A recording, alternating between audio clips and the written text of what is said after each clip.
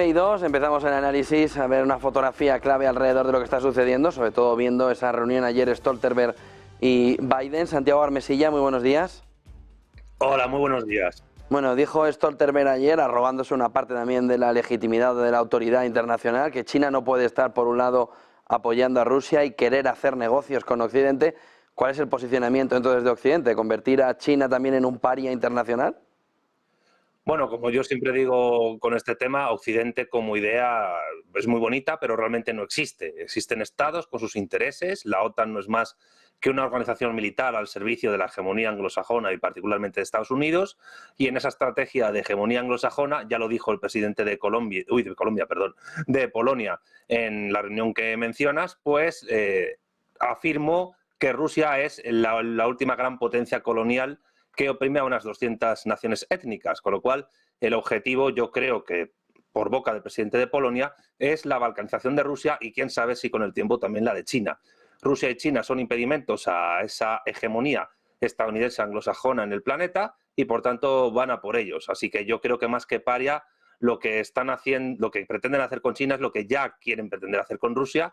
Y bueno, como bien dijo Putin en la entrevista con Tucker Carlson, Rusia tiene con China una frontera muy extensa en Asia y cuando las barbas de tu vecino veas cortar, pon las tuyas a remojar. Biden le daba anoche la enhorabuena a Stoltenberg por haber conseguido que más de 20 países OTAN pongan el dinerico encima de la mesa y pongan más o un 2% o más de un 2%. Aún le quedan unos cuantos, pero más o menos por lo que le felicitó es por haber convencido a Europa de que había que gastar en defensa, que había que estar en ese entorno. Y además vimos ayer como Rutte intentaba convencer a Orbán para dejarle ser el nuevo Stoltenberg, el nuevo secretario general de la OTAN. ¿El cambio de Rutte y el cambio de la mentalidad europea vienen a abrir una nueva época para la OTAN, es decir, una nueva época para la defensa en Occidente o en los países de Occidente, como tú decías antes? Yo creo que no hay una nueva época. Yo creo que hay unos intentos diplomáticos propios de la política exterior para convencer a la mayoría de líderes de naciones dentro de la Unión Europea que están en la OTAN para que vayan en la línea que quiere Estados Unidos, pero no veo realmente que haya una ruptura real o una nueva etapa con respecto a las inercias de décadas anteriores. Para irnos a un dato reciente, es decir, del año pasado, 2023, hasta un 15,3% aumentó la producción nuclear y de armamento nuclear en los países OTAN, en los países que están dentro de la OTAN. Con lo cual, yo creo que desde la Segunda Guerra Mundial esta organización no ha variado en su perspectiva y en sus criterios de organización y en sus fines. Que simplemente pues, lo que buscan es que no haya, entre comillas, disidencia en esos planes y programas. Ha pasado el G7, ha pasado la cumbre de Suiza. ¿En qué punto estamos ahora mismo en la guerra de Ucrania? Pues en el punto en el que estamos, a mi juicio, en la guerra de Ucrania, es en un punto en el que, bueno, lo han dicho ya varios líderes, desde el propio Putin hasta el propio Stoltenberg, de que se puede llegar a un punto de no retorno. Yo creo que la declaración que más alertas ha disparado y que más se ha sentido como una predicción terrible es la del presidente serbio, Aleksandar Vučić, que dijo que estamos a 3 o 4 meses de una tercera guerra mundial. Y claro, teniendo en cuenta que las dos primeras guerras mundiales han empezado en Europa, pues no sería extraño que una tercera empiece en Europa. Y yo entiendo que entre Belgrado y Moscú, por un montón de motivos y de razones históricas, socioculturales e incluso religiosas, pues hay una comunicación siempre fluida. Y seguramente Vučić ha hablado con Putin y con otros altos funcionarios de Moscú sobre estas cuestiones y creo que la predicción, ojalá se equivoque, de Vučić, pues es la que más hay que tener en cuenta y ante la cual hay que estar más atentos porque evidentemente un conflicto de esas características tendría unos efectos mucho más globales que los dos anteriores. Cambiando de la guerra de Ucrania a lo que está sucediendo en Oriente Medio, se mira esta mañana con muchísima preocupación lo que sucede en la frontera norte de Israel, es decir, en el contacto con Líbano y la situación en Hezbolá. ¿Puede Israel, se preguntaba The Economist, llevar una contienda bélica contra Hamas y contra Hezbolá al mismo tiempo? ¿Puede empeorar todavía más lo que estamos viendo en la situación de Oriente Medio? Bueno, yo creo que Israel siempre ha tenido dos frentes abiertos en el norte y en el sur, con Gaza y con Hezbollah, que en árabe significa partido de Dios, en el Líbano. La diferencia es que Gaza la tiene más controlada porque es un territorio muchísimo más pequeño. Hamás tiene menos operatividad que Hezbollah, que está mucho más implantada dentro del Estado libanés, y además pues Hezbollah tiene un contacto directo por cuestiones incluso religiosas, porque es un grupo chiita, con la República Islámica de Irán, que bueno, ya sabemos qué tipo de relación tiene con Israel.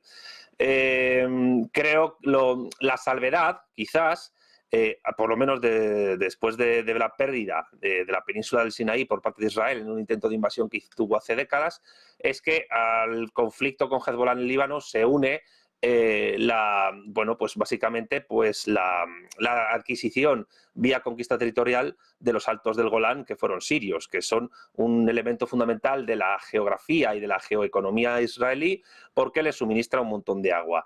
Pero claro, Siria, después de la guerra civil y la lucha contra el Daesh que ha tenido, no tiene capacidad para recuperar esos Altos del Golán. En ese sentido, Israel siempre, yo creo que ha tenido esas presiones fronterizas. Lo único que, debido a la coyuntura geopolítica ajena a Israel que ocurre en otras partes del mundo, pues quizás Hezbollah ahora tenga mucha más maniobra y más capacidad de acción que hace unas décadas. ¿Qué significa que Netanyahu ayer disolviera el gabinete de guerra, ese comité de guerra, el gabinete de emergencia, ¿no?, de defensa, ese gabinete de guerra, y dé paso a un entorno mucho más pequeñito? ¿Se está se está quedando no solo internacionalmente, sino también nacionalmente, internamente, Netanyahu solo? ¿Y eso abre la puerta a que en octubre podamos ver elecciones que ahora mismo serían muy complicadas para Netanyahu? Yo creo que sí, yo creo que hay un intento de reestructuración de sus colaboradores más fieles y más cercanos en lo que refiere a la guerra, en lo que refiere a lo que tiene que pasar con el Líbano que mencionábamos y con la Franja de Gaza. Y entiendo que dentro del propio gobierno de Netanyahu él está teniendo problemas.